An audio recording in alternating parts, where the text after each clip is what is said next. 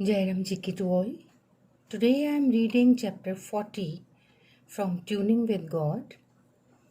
The title of the chapter is Our Love Lord is Shri Krishna alone. A thirsty man lay awake all night waiting for the dewdrops to come and fall into his mouth open wide to quench his thirst. Goswami Tulsidas Ji draws his analogy and poses the question whether dewdrops could really quench his thirst. Obviously not. Then what indeed could? A realized soul, only the enlightened can enlighten others. He himself proceeds to answer the question. Only water can.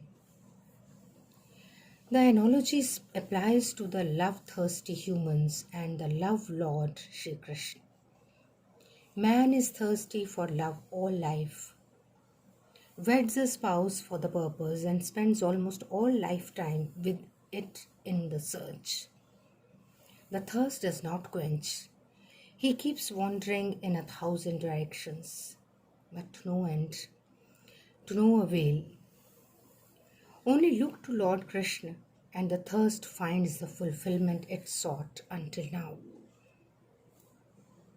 There is a question, but why Lord Krishna and Krishna alone? To this Bhaisab answers, cause you can't hold this relationship with anyone else, not with any of his incarnations, nor by any stretch of imagination, the others of his manifestations. Think of Lord Ram.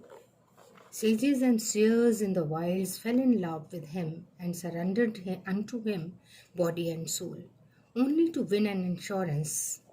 Wait till I come as Krishna. They then got birth as gopis in Vrindavan. You can't think of conjugal love with any of his manifestations, Shivji, Ganeshji, Hanumanji, far less the Guru God. It is here that only Shri Krishna comes to the fore and fits in fine. Enriching human life with his love was indeed the veritable purpose of Lord Krishna's appearance on the earth.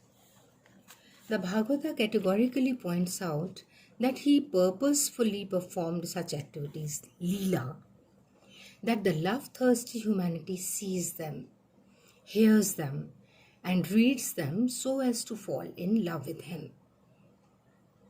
This is written in chapter 10 of Srimad Bhagavat. Otherwise, God, by the billionth fraction of his will, can perform all his declared purposes without having to incarnate in person. He can do good to the godly and justice to the ungodly by being there where he is. It is not for the lovelorn hearts that he does and must come personally. You cannot enjoy the smiles of your sweetheart through an attorney, howsoever diligent he might be. Devotees can't enjoy the love of life first, eldest, unless he condescends to appear in flesh and blood for and before them.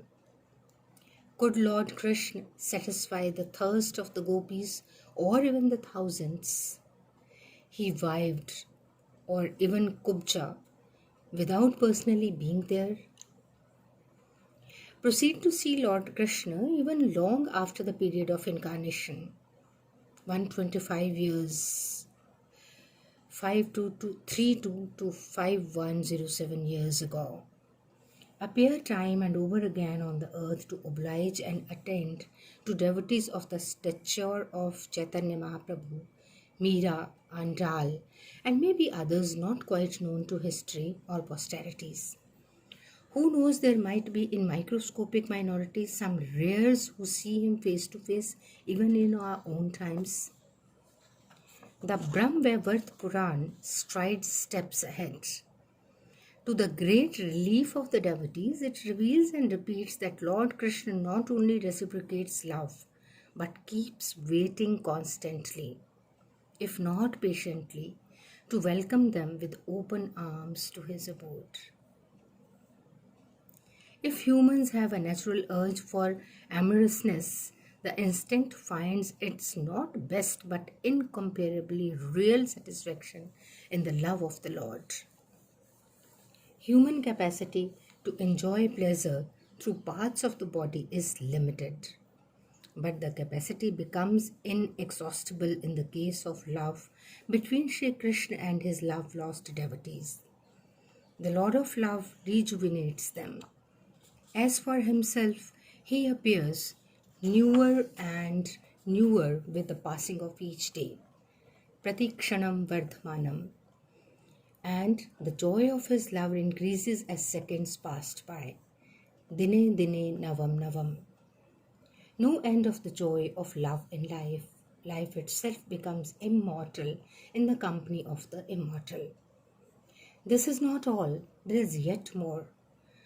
A foreign saying smells much the same when it says that a lover of God becomes the beloved of God. Ishq Allah, Mahzab Allah, Al-Bastame. This is literally true about all love Lord Shri Krishna. This is the secret of his love. Gopis, Chaitanya, Meera, Andal were the finest specimen of the lovers of the Lord whom they accepted as his sweetheart. Then, dearest one, teach me of your own to love you, please. Jai Ram Ji ki to all.